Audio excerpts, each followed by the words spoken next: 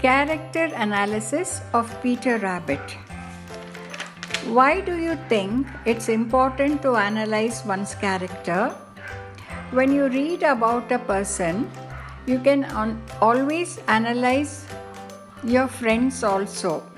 You can see the good and bad about people and learn many good things and omit all the bad things. That's why it's very important we analyze characters of people. And now it is the imaginary Peter Rabbit. And analyzing means giving a detailed explanation. So this explanation is to know well about Peter Rabbit. Peter is the youngest of 4 siblings, 3 of whom, Flopsy, Mopsy and Cottontail, are triplets. However, unlike his trio of brothers and sisters, he seems to be genetically incapable of behaving himself and is very disobedient. Peter is the most beloved of Potter's animal characters. In some ways because he was the first, and in others because even though he is very naughty, there is no spite or malice about him. He has a passion for vegetables and eats the veggies from the little patch in the garden next door, which is why he is always in trouble. So while we go on analyzing this character, we learn so many things about Peter Rabbit which we can take and avoid.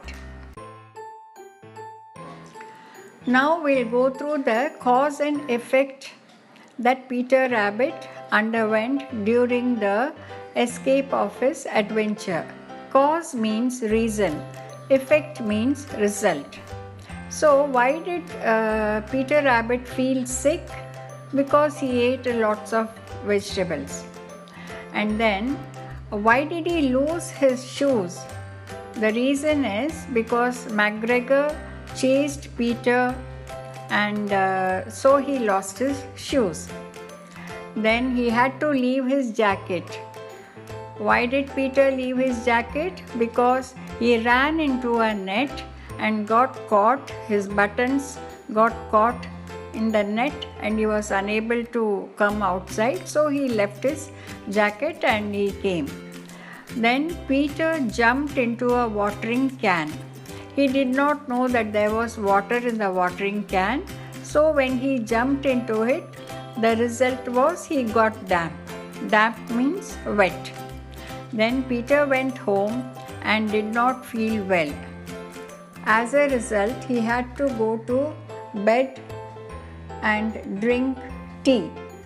Because of the wild goose chase he had with McGregor, he was very tired and he had eaten some extra vegetables and he was quite sick, and the long chase had made him very tired. So he had to go to bed and drink tea and could not enjoy like his siblings Mopsy, Topsy and Cottontail. They all had fun eating bread and milk, drinking milk and berries. But this fellow Peter had to go to bed and drink only tea. Now let's go to the vocabulary part and learn some meanings. I have resorted to an easy method of acquainting English learners towards their vocabulary. Let's go to the words. Damp. Damp means wet or moist, which means it can be slightly wet or it might have extra wetness. Sometimes dampness can cause an unpleasant smell. Say a damp cellar. A cellar is a room. We can see in some old houses which are a little damp and with smell. Another explanation is to put a damp cloth on a patient's head which is not very wet. We call it moist. With Peter, he was soaked in the water can and he was very damp or very wet. The next word is dose. Dose means a dosage or a measure. And Bunny's mother rabbit, she gave him a measure of 1 teaspoonful of chamomile tea while he was sick. The next word is sieve. A sieve is used by a gardener or a farmer or in any household. Sieve is an instrument with a meshed bottom for separating coarse from fine parts. Then the last word, wriggle. Wriggle is a movement, a slow movement. Like when someone has a fear or when the movement is very slow, they wriggle. Crawl is to move slowly. When Peter was hiding in the garden, while escaping, he slowly wriggled out of the gate to come out. So, wriggling means crawling or creeping, a movement which is very slow with fear or when they are physically unable to move. Continuing with the vocabulary, the next word is puzzled. Puzzled means someone who is confused because they do not understand something or doubtful, without a clue, not knowing what's happening. I'll make a small sentence. Peter Rabbit left his footmarks all over the wet garden. When MacGregor saw this, he was puzzled and wondered who could it be. MacGregor was confused. He was puzzled. The next word is mischief. Mischief means naughty or misbehavior. It's quite a common word, you know. There is an example. Tony always pulls everyone's chair in the classroom. That is misbehavior and being naughty. Sob. Weep or whimper. Whimper, to cry with low voice, which means sobbing. Sobbing or weep or whimper means to cry with low broken sounds. Weep is to express sorrow by shedding tears. Implore. Implore means to beg or to plead. When Peter Rabbit was stuck in the net, the birds pleaded with him to exert himself. That is, they asked him to try to relieve himself from the net.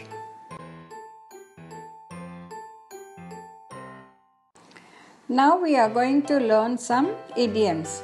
It is always saying that you can improve your language through idioms. I'll explain you a few idioms which are related to Peter Rabbit, and not only that, some of them may not be there, then you can think it's an extra idiom.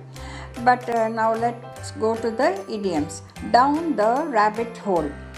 Down the rabbit hole means enter into a situation or process that becomes increasing or troublesome. Example, though Peter did not go into a rabbit hole, he disobeyed his mother and went into MacGregor's garden and got into trouble.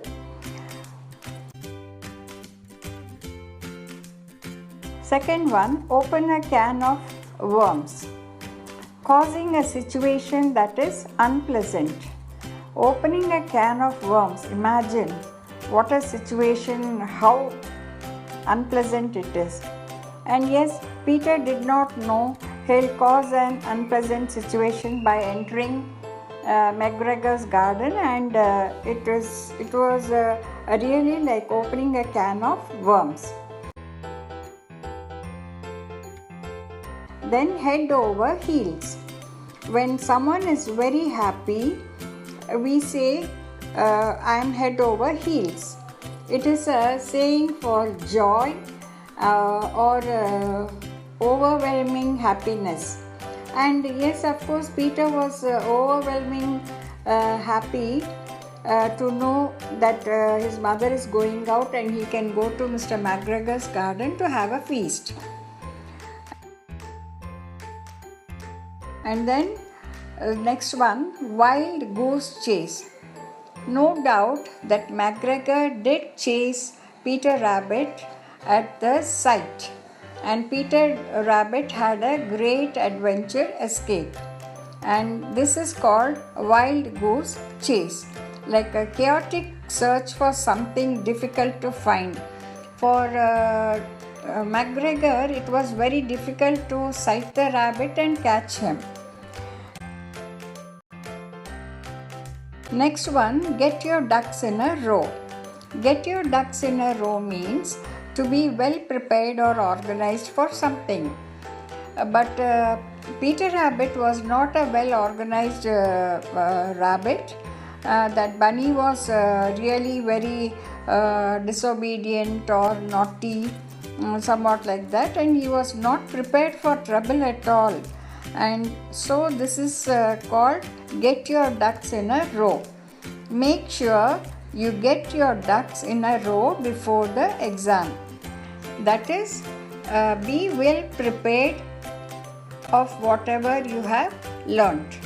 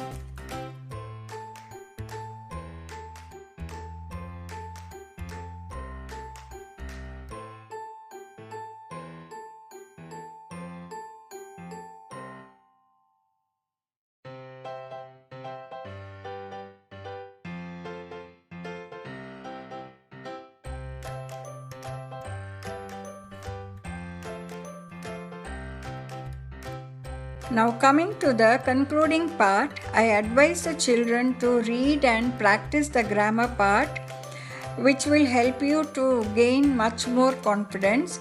Hope you would have enjoyed the grammar part also, as you would have enjoyed the classic Peter Rabbit. And I'll meet you with another short story of Peter Rabbit, and see you soon.